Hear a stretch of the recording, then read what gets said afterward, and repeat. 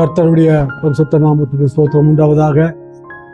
தேவனுடைய கிருபையினாலே புது வருஷத்தை தொடங்கி இந்த முதலாம் மாதத்தை கடந்து 2வது மாதம் பிப்ரவரி மாதத்துக்குள்ளாக நம்மை வழி நடத்தின ஆண்டவருக்கு நாம் நன்றியையும் ஸ்தோத்திரங்களையும் நாம் ஏறெடுப்போம். ஜெபித்து ஆண்டவரை துதித்து நாம் கர்த்தருடைய வார்த்தைக்குள்ளாக கடந்து செல்வோம். எங்களை அதிகமாய் நேசிக்கிற மகா பரிசுத்தமுள்ள அப்பா, இந்த அருமையான பிப்ரவரி மாதத்தின் முதல் நாளுக்காக நாங்கள் உமக்கு நன்றி செலுத்துகிறோம். 2025 வருஷத்துக்குள்ளாக எங்களை சுகத்தோடும் பலத்தோடும் நல்ல கிருபைகளோடும் நம்பிக்கையோடும் நல்ல வாக்கு தத்தங்களோடும் பிரவேசிக்க நீர் எங்களுக்கு கொடுத்த கிருபைக்காகவும் ஸ்தோத்திரிக்கிறோம். என்னுடைய வார்த்தைகளை கேட்டு அவனுடைய செய்கிறவன் எவனோ அவனை கண்மலையின் மேல் தன் வீட்டை கட்டின புத்தியுள்ள மனுஷனுக்கு ஒப்பிடுவேன் என்று சென்ற மாதத்திலே நீர் எங்களோடு பேசினீர். இன்றைக்கும் உம்முடைய சத்தத்தை எங்களை காதுகளிலே தொனிக்க பண்ணும். அவைகள் எங்கள் ஆவி ஆத்மா சரீரத்தை பலப்படுத்தி உமக்கு மகிமையான மக்களாக எங்களை மாற்றட்டும். இந்த செய்தியை கேள்விப்படுகிற ஒவ்வொரு கர்த்தருடைய பிள்ளைகளும் ஆசீர்வதிக்கப்படட்டும். இயேசுவின் நாமத்தால் வேண்டிக் கொள்கிறோம், ஜீவனுள்ள பிதாவே, ஆமென். ஆண்டவருடைய பரிசுத்த நாமத்துக்கு ஸ்தோத்திரம் உண்டாவதாக. பாடமாக வாசிக்க வேண்டிய ஒரு பகுதி சங்கீதம் 92 1 முதல் 5 வசனங்கள் முடிய நாம் படிக்க கேட்கலாம். சங்கீதம் 92 1 முதல் 5 வசனங்கள். கர்த்தரை துதிப்பதும் உன்னதமானவரே உமது நாமத்தை கீர்த்தனம் பண்ணுவதும் 10 நரம்பு வீணையினாலும் தம்புருவினாலும் தியானத்தோடு வாசிக்கும் சுரமண்டலத்தினாலும் காலையிலே உமது கிருபையும் இரவிலே உமது சத்தியத்தையும் அறிவிப்பது நலமாயிருக்கும். கர்த்தாவே, உமது செய்கைகளால் என்னை மகிழ்ச்சியாக்கினீர். உமது கரத்தின் கிரியைகளின் நிமித்தம் ஆனந்த சத்தமிடுவேன். கர்த்தாவே, உமது கிரியைகள் எவ்வளவு மகத்துவமானவைகள்! உமது யோசனைகள் மகா ஆழமானவைகள் என்பதே. ஆண்டவருடைய பரிசுத்த நாமத்துக்கு ஸ்தோத்திரம் உண்டாவதாக. ஒரு சிறிய பாடலை பாடி நாம் தேவனுடைய வார்த்தைக்குள்ளாக கடந்து செல்வோம். இந்த நாளினுடைய தேவ செய்தியினுடைய தலைப்பு துதியின் மகிமை. கர்த்தரை நான் எக்காலத்திலுமே கருத்துடனே துதிப்பே, தினம் கண்ணின் மணி போல் காத்ததினாலே கருத்துடனே துதிப்பே, தினம் கண்ணின் மணி போல் காத்ததினாலே கருத்துடனே துதிப்பே. ஆண்டவர்க்குள் என் ஆன்மா மகிழும், ஆதலால் கலக்கமில்லை. ஆண்டவர்க்குள் என் ஆன்மா மகிழும், ஆதலால் கலக்கமில்லை. அவர் ஆபத்து காலத்தில் விடுவித்து காத்து ஆயுளை மீட்டுகிறார். என்னோட கூட கர்த்தர் மகிமையை எல்லோரும் உயர்த்திடுங்கள்.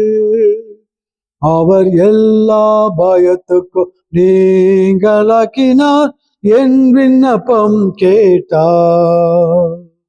கர்த்தரை நான் எக்காலத்திலுமே கருத்துடனே துதிப்பேன், தினம் கண்ணின் மணி போல் காத்ததினாலே கருத்துடனே துதிப்பே. ஆண்டவருடைய பரிசுத்த நாமத்துக்கு ஸ்தோத்திரம் உண்டாவதாக. தேவனை துதிப்பது என்பது மனிதர்களாகிய கர்த்தருடைய பிள்ளைகளாகிய விசுவாசிகளாகிய ஊழியக்காரர்களாகிய நமக்கு இது கிடைத்த ஒரு மகா பெரிய ஒரு சிலாக்கியமாகும். தேவனை துதித்து அவருடைய நாமத்தை உயர்த்தி அவரை மகிமைப்படுத்துகிறோம் என்று சொன்னால், உலகத்திலே அதே போல ஒரு உன்னதமான ஒரு ஊழியம் வேறொன்றும் இல்லை என்று நாம் தெளிவாக திட்டவட்டமாக நம்ம விசுவாசிக்கலாம். சங்கீதக்காரர் 92ஆம் சங்கீதம் முதல் வசனத்துல என்ன சொல்லுகிறார் என்றால், கர்த்தரை துதிப்பதும் உன்னதமானவரே உமது நாமத்தை கீர்த்தனம் பண்ணுவதும் 10 நரம்பு வீணையினாலும் தம்புருவினாலும் தியானத்தோடு வாசிக்கும் சுரமண்டலத்தினாலும் காலையிலே உமது கிருபையும் இரவிலே உமது சத்தியத்தையும் அறிவிப்பது நலமாயிருக்கும். தேவனை துதிப்பதும் ஸ்தோத்தரிப்பதும் அவரை உயர்த்துவதும் எவ்வளவு மிக ஒரு அருமையான ஒரு காரியம் என்பதை இவர் இங்கே தன்னுடைய உள்ளத்தின் ஆழத்திலே இருந்து அவர் அறிக்கையிடுகிறார். தேவன், அவர் நம்முடைய தேவன். அவர் நம்மை உருவாக்கியவர், அவர் நம்மை உண்டாக்கியவர், அவர் நம்மை போஷிக்கிறவர், அவர் நம்மை போதிக்கிறவர். அனுதினமும் நம்முடைய வாழ்க்கைக்கு எஜமானர் அவரே. அவருடைய சித்தம் நம்முடைய வாழ்க்கையின் ஒவ்வொரு காலகட்டங்களிலும் அது நிறைவேறிக் கொண்டே வருகிறது. ஆகவே மொத்தத்திலே சொல்ல போனால், நாம் நிர்மூலமாகாமல் இருக்கிறது கர்த்தருடைய கிருபையே என்று புலம்பலிலே சொல்லப்பட்ட வார்த்தை 100க்கு 100 அது உறுதியாக சாதிக்கப்படுகிறது. ஆகவே இன்றைக்கு நாம் நிர்மூலமாகாதபடி நாம் இருக்கிறோம் என்று சொன்னால் அது கர்த்தருடைய கிருபை என்பதிலே எந்த சந்தேகமும் இல்லை.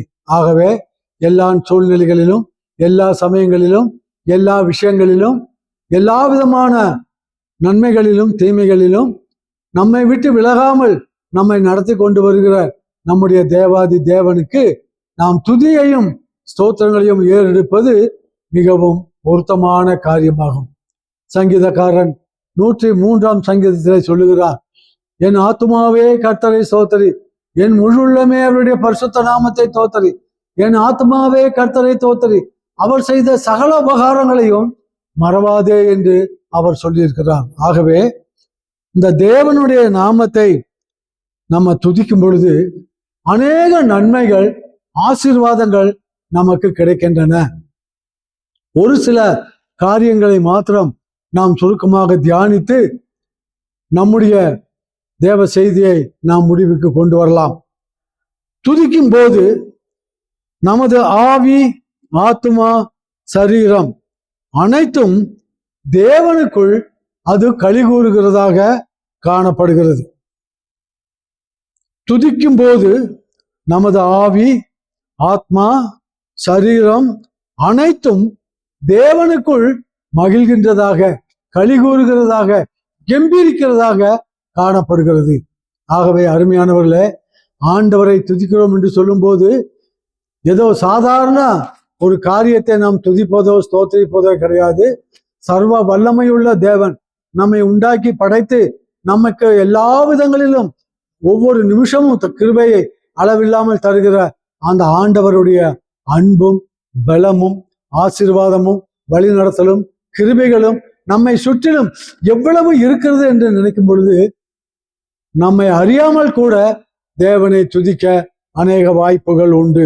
ஆகவே நாம் துதிக்கும் பொழுது நாம் நம்முடைய ஆவி, ஆத்துமா, சரீரம் எல்லாமே களிகூறுகிறது என்பதை நாம் அறிந்து தேவனை எவ்வளவுக்கு எவ்வளவாக துதிக்க முடியுமோ, எவ்வளவுக்கு எவ்வளவாக ஸ்தோத்தரிக்க முடியுமோ, எவ்வளவுக்கு எவ்வளவு நம்ம உயர்த்த முடியுமோ அவ்வளவுக்கு அவ்வளவு நாம் அவருடைய நாமத்தை மகிமைப்படுத்திக் கொண்டே இருக்க வேண்டும்.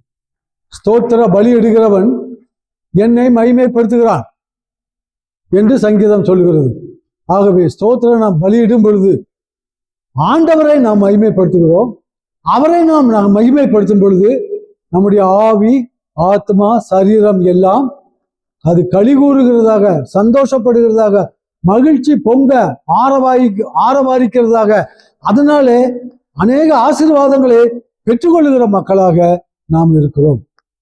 இரண்டாவதாக பார்க்கும் பொழுது நம்முடைய ஆவி, ஆத்மா, சரீரம், விசுவாசம் இவைகள் எல்லாம் தேவனை துதிக்கும் பொழுது அதிகமாக நமக்குள்ளே பலன் அடைகிறது. எப்படி ஒரு புதிதாக நடப்பட்ட ஒரு நாட்டுக்கு காற்றும், தண்ணீரும், சூரிய வெளிச்சமும், உரமும் எவ்வளவு ஒரு அந்த செடியை பழக்க வைக்கிறதோ வளர வைக்கிறதோ, அதுபோல இந்த ஸ்தோத்திரமும் துதியும் ஆண்டவரை மகிமைப்படுத்துகிற காரியங்களும் நம்மை ஆவி, ஆத்துமா, சரீரம் இந்த எல்லா விஷயத்திலுமே அது நம்மை பலப்படுத்தக்கூடிய அளவுக்கு காணப்படுகிறது. ஆகவே சங்கீதக்காரன் சொல்கிறார், கர்த்தரை நான் எக்காலத்திலும் ஸ்தோத்தரிப்பேன், அவர் துதி எப்பொழுதும் என் வாயில் இருக்கும் என்று சொல்லுகிறார். ஆகவே கர்த்தரை நாம் எக்காலத்திலும் ஸ்தோத்தரிக்கும் பொழுது நம்முடைய ஆவி, ஆத்மா, சரீரம், நம்முடைய காரியங்கள் எல்லாமே அது ஆசீர்வாதம் நிறைந்ததாகவும், நம்பிக்கை நிறைந்ததாகவும், விசுவாசம் நிறைந்ததாகவும், தேவ பலனாலே நிரப்பப்பட்டதாகவும் மாறுகின்றது. நம்முடைய சரீரம் கூட, பலகீனமான அந்த சரீரம் கூட நாம் தேவனை அதிகமாக துதிக்கும் பொழுது அது பலனுள்ள சரீரமாக, அது பலவானுடைய சரீரத்தை போல, ஒரு பைல்வானுடைய சரீரத்தை போல, ஒரு சாம்பியனுடைய, ஒரு விளையாட்டு வீரனுடைய சரீரத்தை போல தேவனை துதிக்கும் பொழுது நம்முடைய ஆவி, ஆத்மா, சரீரம் இது எல்லாம் பலனடையக்கூடியதா இருக்கிறது. ஆகவே நாம் நீண்ட காலம் ஆவிக்குரிய வாழ்க்கையிலே நிலைத்திருக்க வேண்டும் என்று சொன்னால் இந்த ஆவி, ஆத்மா, சரீரம் பலனுள்ளதா இருக்க வேண்டும். இந்த நான்கும் பலனுள்ளதா இருக்க வேண்டும் என்று சொன்னால் நாம் கர்த்தரை துதிக்கிறவர்களாகவும் ஸ்தோத்தரிக்கிறவர்களாகவும் அவர் செய்த நன்மைகளை நினைத்து நினைத்து அவரை உயர்த்துகிற மக்களாகவும் இருக்க வேண்டும் என்பது மிக மிக முக்கியமாகும். அல்லேலூயா. அது மாத்திரமல்ல, மூன்றாவது காரியமாக பார்க்கும் பொழுது துதிக்கிற மனிதன் தேவனுக்கு சாட்சியுள்ளவனாய் இருப்பான். துதிக்காத மனிதன் அவன் தேவனுக்கு சாட்சியாகவும் இருக்க முடியாது. தேவன் தனக்கு செய்த நன்மைகளுக்கு அவன் நன்றியாகவும் ஜீவிக்க மாட்டான். ஆகவே துதி என்பது நாம் எவ்வளவுக்கு ஆண்டவரை துதிக்கிறோமோ, உயர்த்துகிறோமோ, ஸ்தோத்தரிக்கிறோமோ அதனுடைய அர்த்தம் என்னவென்றால், ஆண்டவர் நமக்கு செய்த சகல உபகாரங்களுக்காகவும் துதிக்கிற ஒரு மனிதன், ஒரு மனுஷி, ஒரு விசுவாசி அவன் நன்றியுள்ளவளாக இருக்கிறாள் என்பதுதான் அதனுடைய அர்த்தம். மரித்தவர்களும் மௌனத்தில் இறங்குகிறவர்களும் கர்த்தரை துதியார்கள் என துதிக்க மாட்டார்கள். நாமும் இது முதல் என்றென்றைக்கும் இல்ல சதா காலங்களிலும் தேவனை ஸ்தோத்திரிப்போம் என்று சொல்லி சங்கீதக்காரன் 118, 19 சங்கீதங்களிலே அநேக துதிகளையும் ஸ்தோத்திரங்களையும் அவர் ஏறெடுத்திருக்கிறார். ஆகவே நாம் தேவனை எவ்வளவு நம்ம துதிக்கிறோமோ அவ்வளவு ஆவிக்குரிய பலனுள்ள மக்களாக மாத்திரமல்ல, ஆண்டவருக்கு நாம் நீண்ட காலம் நன்றியுள்ளவர்களாக இருப்போம். நன்றி கெட்டவர்களாக நம்ம போக மாட்டோம். ஆகவே கர்த்தர் செய்த நன்மைகள் சிறியதோ பெரியதோ அடிக்கடி அவர் செய்த நன்மைகளை நினைத்து நாம் உள்ளத்தின் ஆழத்திலே இருந்து அவரை துதித்து பழக வேண்டும்.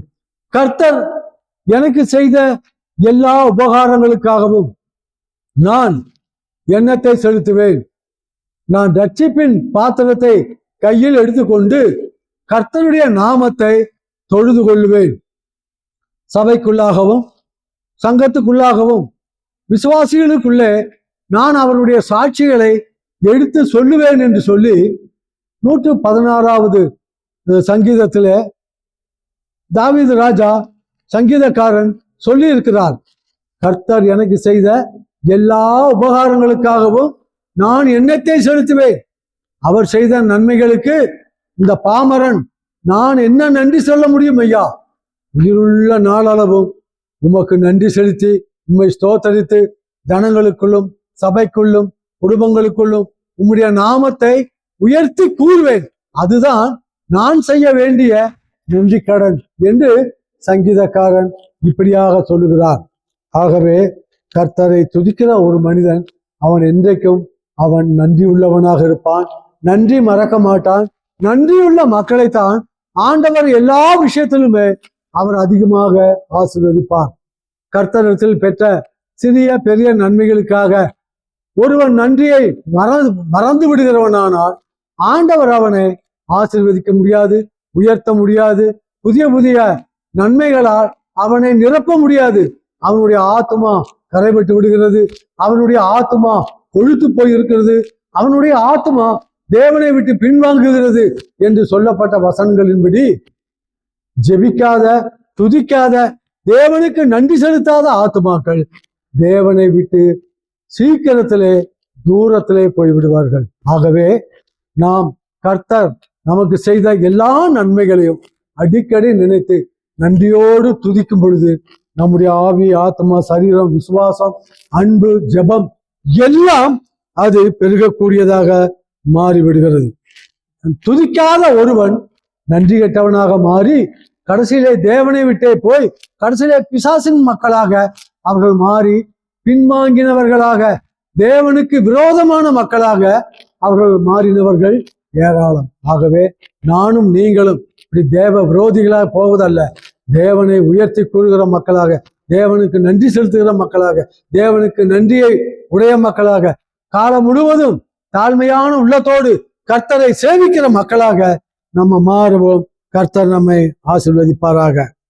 அது மாத்திரமல்ல, எந்த இடத்துல ஜெபமும் ஸ்தோத்திரமும் துதியும் பெருகுகிறதோ அங்கே ஆண்டவருடைய கிருபையும், ஆண்டவருடைய வல்லமையும், ஆண்டவருடைய பாதுகாப்பும், ஆண்டவருடைய அற்புதங்களையும் நாம் பார்க்க முடியும். நம்முடைய ஜனங்களை பழைய ஏற்பாட்டு காலத்திலே நம்ம படிக்கிறோம். எரிகோ கோட்டையை சுற்றிலும் அவர்கள் 7 நாள் துதித்து துதித்து அந்த எரிகோ கோட்டையை துதித்து வரும் பொழுது அந்த கோட்டை 7வது நாளிலே அது நொறுங்கி விழுகிறது. எவ்வளவு அகலமான மதில், எவ்வளவு உயரமான மதில், அதன் மேலே வீடுகளை எல்லாம் கூட கட்டி குடியிருந்தார்கள் என்று சொன்னால் குறைந்தது ஒரு 50 அடி 100 அடி அகலத்துக்கு அது இருக்குமோ என்று நம்ம கற்பனை செய்கிறோம்.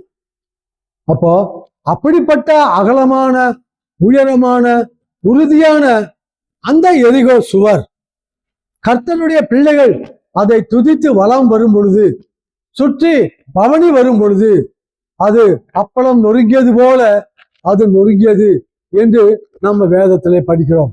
ஆகவே துதி எடுத்தால் சாத்தான் ஓடுவான் என்று பக்தன் பாடியது போல நம்முடைய காரியங்களை துதித்து துதித்து துதித்து தேவ சமூகத்திலே வைக்கும் பொழுது நமக்கு விரோதமான சக்திகள், சாத்தானுடைய கோட்டைகள், சாத்தானுடைய வல்லமைகள், சாத்தானுடைய பிடிப்புகள், சாத்தானுடைய குளறுபடிகள் எல்லாம் நொறுங்கி போகத்தக்கதாக தேவன் தன்னுடைய அற்புதங்களையும் அடையாளங்களையும் அவர் செய்யக்கூடியவராக இருக்கிறார். அதற்கு உதாரணம் தான் எரிகோ கோட்டை தகர்க்கப்பட்டது. கர்த்தருடைய பிள்ளைகள் துதித்து பாடி அந்த உடன்படிக்கை பெட்டியை தூக்கி கொண்டு அவர்கள் அந்த பெட்டி எரிகோ நகரை வலம் வரும் பொழுது, 7வது முறை அவர்கள் சுற்றி வரும் பொழுது அலங்கம் அப்படியே இடிந்தது. எல்லாரும் அவரவர்கள் இடிந்த பக்கத்துல இருந்து உள்ளே எரிகோவுக்குள்ளே ஏறி அந்த அரணான பட்டணத்தை பிடித்து தங்களுக்கு சொந்தமாக மாற்றிக்கொண்டார்கள். ஆகவே துதிக்கும் பொழுது நமக்கு இதுவரை நடக்காத காரியங்கள் நடக்கும், கிடைக்காத ஆசீர்வாதங்கள் கிடைக்கும், கிடைக்காத அபிஷேகங்கள் நமக்கு கிடைக்கும், நிரப்பப்படாத ஆவியின் வல்லமையினாலே நாம் நிரப்பப்படலாம். துதியின் ஆடை அணிந்து வல்லமையினால் நிறைந்து தேவனை துதிக்கும் பொழுது எரிகோ கோட்டை மாத்திரமல்ல, பிசாசினுடைய ராஜ்யமே அதிரக்கூடியதாக மாறுகிறது. ஆம், ஜெபிக்கிறவனை கண்டால், துதிக்கிறவனை கண்டால் தான் சாத்தான் பயப்படுவானே அல்லாமல் மற்ற காரியங்களை செய்கிறவர்களை பார்த்து சாத்தான் பயப்பட மாட்டான்.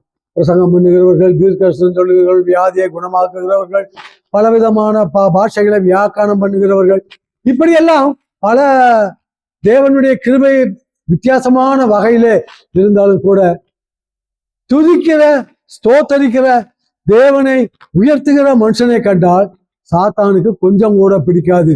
அந்த துதிகளுக்கு முன்பாக சாத்தான் நிற்க முடியாது.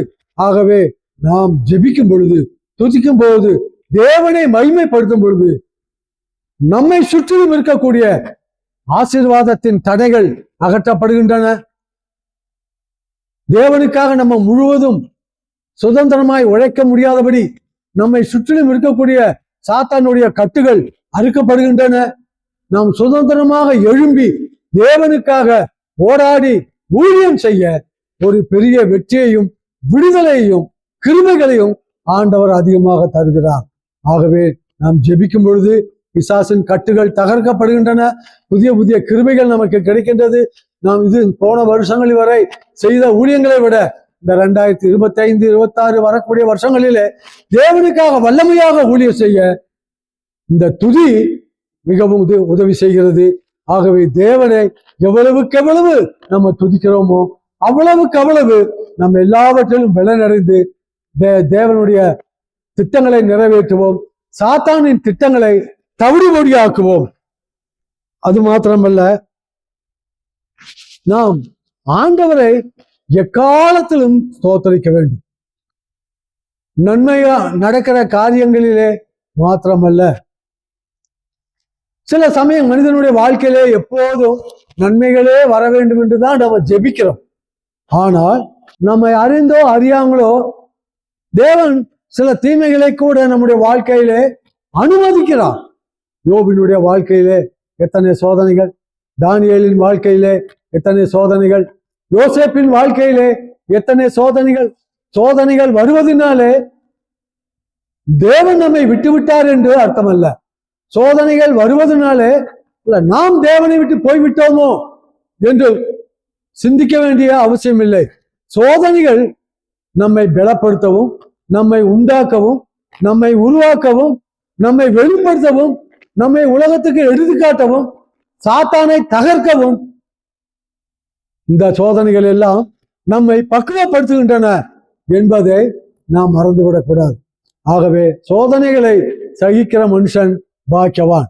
அவன் சோதனைகளை ஜெயித்த பின்பு கர்த்தராலே கொடுக்கப்படுகிற அந்த அருமையான ஜீவ கிரீடத்தை அவன் பெறுகிறான். ஆகவே சோதனை வரும் பொழுது, சாதனை வரும்போது மாத்திரமல்ல, சோதனைகள் வரும் பொழுதும், கஷ்டங்கள் வரும் பொழுதும், வெற்றிகள் வரும்போது மாத்திரமல்ல, தோல்விகள் வரும்போதும் கூட எல்லா சூழ்நிலையிலையும் தேவனை நாம் முழு மனதோடு துதித்து பழக வேண்டும். ஏனென்றால் வெற்றியோ தோல்வியோ, முன்னேற்றமோ பின்னேற்றமோ, ஆசீர்வாதமோ கஷ்டங்களோ தேவன் அனுமதிக்காமல் ஒரு கர்த்தருடைய பிள்ளையினுடைய வாழ்க்கைக்குள்ளாக அது வர முடியாது.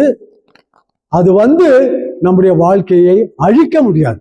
ஆகவே போராட்டங்கள், நிந்தைகள், அவமானங்கள் வரும் பொழுது நாம் என்ன செய்யக்கூடாது? ஊழியத்தை விட்டு எப்போது ஓடலாம் அல்லது ஆண்டோடைய காரியங்களை விட்டு எப்படி விலகி இருக்கலாம் அப்படி நினைக்காதபடிக்கு எப்படி இந்த காரியத்தை ஜெயித்து தேவனை மகிமைப்படுத்தலாம் என்று சொல்லி விசுவாசத்தையும் ஜெபத்தையும் ஆண்டவர் மேல் உள்ள கிருபைகளையும் பிடித்து கொண்டு நாம் சோர்வான நேரத்திலும், தாழ்வான நேரத்திலும், சோர்ந்து போகும் நேரத்திலும் தேவனை இன்னும் அதிகமாக துதித்து பழக வேண்டும். காலாட்களோடு ஓடும்போது நீ இளைத்து போவாய் என்று சொன்னாள். நீ யோர்தான் பிரவாகித்து வரும் பொழுது நீ என்ன செய்வாய்? குதிரையோடு நீ ஓடும்போது நீ எப்படி ஓடப்போகிறாய்? சமாதானம் உள்ள தேசத்திலேயே நீ அடைக்கலத்தை தேடுவாய் என்று சொன்னாள். யோர்தான் பிரவாகித்து வரும்போது நீ என்ன செய்ய போகிறாய் என்று வேத வசனம் விசுவாசிகளை பார்த்து கேள்வி கேட்கிறது. நீ காலாட்களோட ஓடும் போதே நீ இளைத்து போவாய் என்று சொன்னார். அதாவது வெறுங்காலிலே ஓடுகிற சாதாரண மனிதர்களுடைய அவர்களோடு கூட காலில் ஓடும் போதே ஓட முடியாதபடி நீ சோர்ந்து போவாய் என்றால், குதிரைகளோட ஓடும் போது நீ என்ன செய்வாய்? குதிரை வீரர்களோடு நீ எங்கே ஓட போகிறாய்? சமாதானம் உள்ள தேசத்திலேயே நீ ஆறுதலை தேடுவாய் என்று சொன்னான். யோர்தான் பிரவாகித்து வரும் பொழுது பயங்கரமான சோதனைகள் உன்னை முட்டி மோதி அலைகடலாய் உன்னை புரட்டி எடுக்கும் பொழுது நீ என்ன செய்ய போகிறாய்? இதுதான் அந்த வசனங்களுடைய கேள்வி. ஆகவே எல்லா சூழ்நிலையிலும் துதித்து துதித்து ஜெபித்து ஜெபித்து ஆண்டவரை உயர்த்தி உயர்த்தி நாம் எல்லா சூழ்நிலைகளின் மத்தியிலும் தேவனை உயர்த்த வேண்டும். நன்மையான சூழ்நிலையில் மாத்திரமல்ல, தீமையான காரியங்கள் வரும் பொழுதும் கர்த்தருக்கு ஸ்தோத்திரம், கர்த்தருக்கு தெரியாமல் இந்த பிரச்சனைகள் வரவில்லை, கர்த்தர் அனுமதிக்காமல் இந்த பிரச்சனை என் குடும்பத்திலே வரவில்லை, கர்த்தர் அனுமதிக்காமல் இந்த சோதனை இந்த சூழ்நிலை எனக்கு வரவில்லை, ஆகவே இது தேவனை மகிமைப்படுத்த கர்த்தர் எனக்கு கொடுக்கக்கூடிய ஒரு பெரிய வாய்ப்பு என்று சொல்லி நாம் அவைகளை ஸ்தோத்திரத்தோடு கடந்து வரும் பொழுது அந்த தீமைகளை நன்மையாக மாற்றுவீர், துன்பங்களை இன்பமாக மாற்றுவீர். நன்றி நன்றி நன்றி, எல்லாம் நன்மைக்கே நன்றி என்று பெர்க்மான் ஐயா பாடுவது போல நாம் தீமைகளை எல்லாம் நன்மையாக மாற்றிக்கொள்ளவும் துன்பங்களை எல்லாம் இன்பமாய் மாற்றிக்கொள்ளவும் நமக்கு வரக்கூடிய சோதனைகள் வெகுவாக உதவும். ஆகவே எல்லா காலத்திலும் தேவனை துதித்து ஸ்தோத்தரித்து ஆவிக்குரிய வாழ்க்கையிலே முன்னேறுவோம். அடுத்தபடியாக தேவனை துதித்து துதித்து எல்லா சூழ்நிலைகளிலும் ஸ்தோத்தரிக்கிறவன் எல்லா நிலைகளிலும் தேவனுக்கு சாட்சியாயிருப்பான், எல்லா இடங்களிலும் அவன் சாட்சியாயிருப்பான். எப்படிப்பட்ட அந்தகார நேரத்திலும் கூட அவன் அரண்டு போகாதபடி தேவனுக்காக துணிந்து நிற்கிற ஒரு சிங்கத்தை போல அவன் இருப்பான். நீதிமான் சிங்கத்தை போல தைரியமாக இருப்பான் என்று நம்முடைய வேதம் சொல்லுகிறது.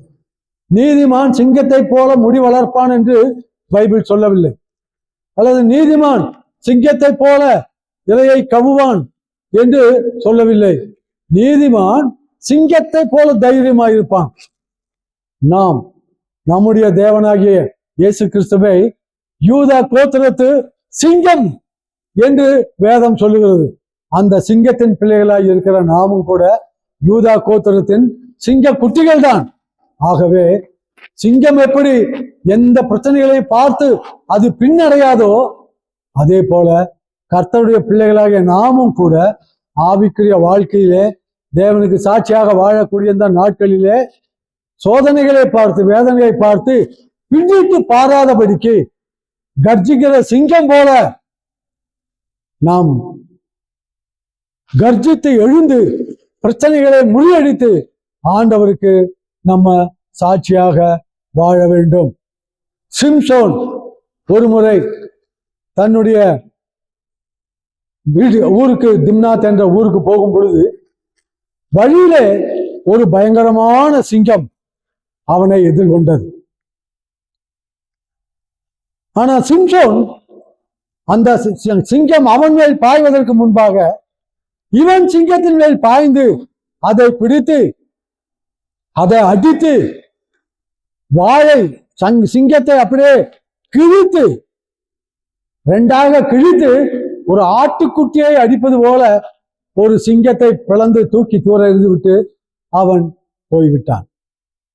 சில மாதங்களுக்கு பின்பு தன்னுடைய தாயோடு தகப்பனோடு கூட அவர்கள் மறுபடியும் அவர்கள் அந்த வழியாக கடந்து வரும் பொழுது அந்த சிங்கம் அது தேன் கூடாக மாறி அதை சுற்றிலும் தேனீக்கள் முச்சி அதை மொய்து கொண்டு அதை ஒரு பெரிய தேன்கூடாக மாற்றியிருந்தது.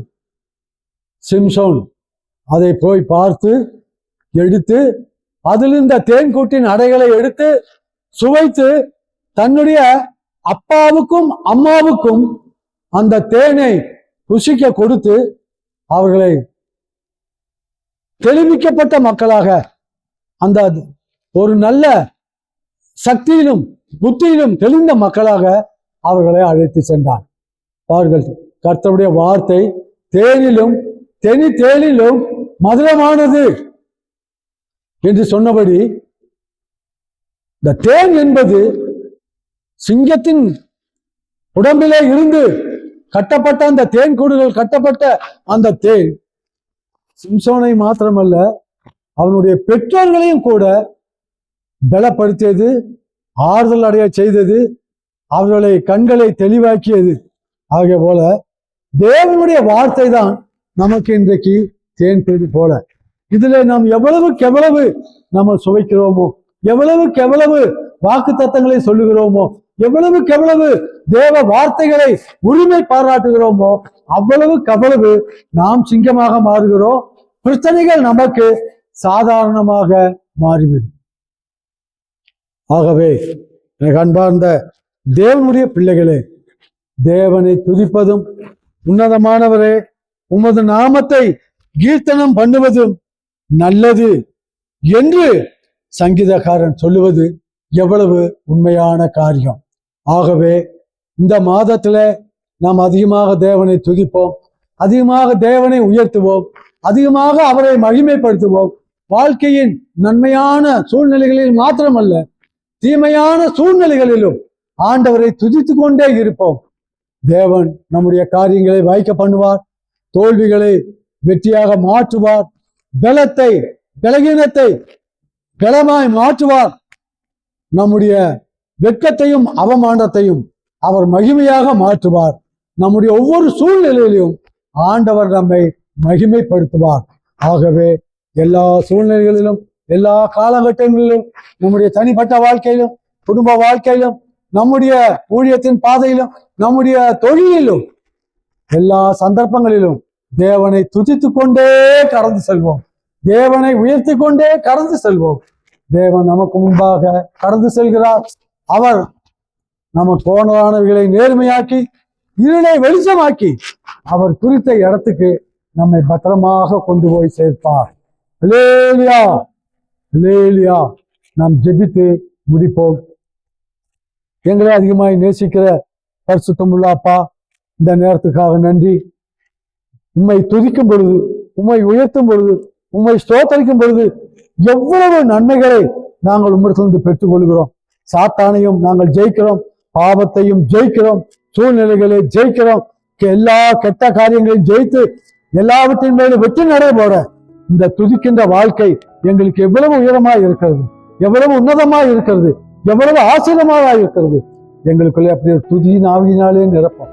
நன்மைகள் நடக்கும் போது மாத்திரமல்ல, தீமையான காலங்களிலும், தோல்விகள் காலத்துல ஆண்டவரை தோல்வியை வெற்றியாக மாற்றிக்கொள்ள இந்த துதியின் ஆவியினால் எங்களை நிரப்போம்.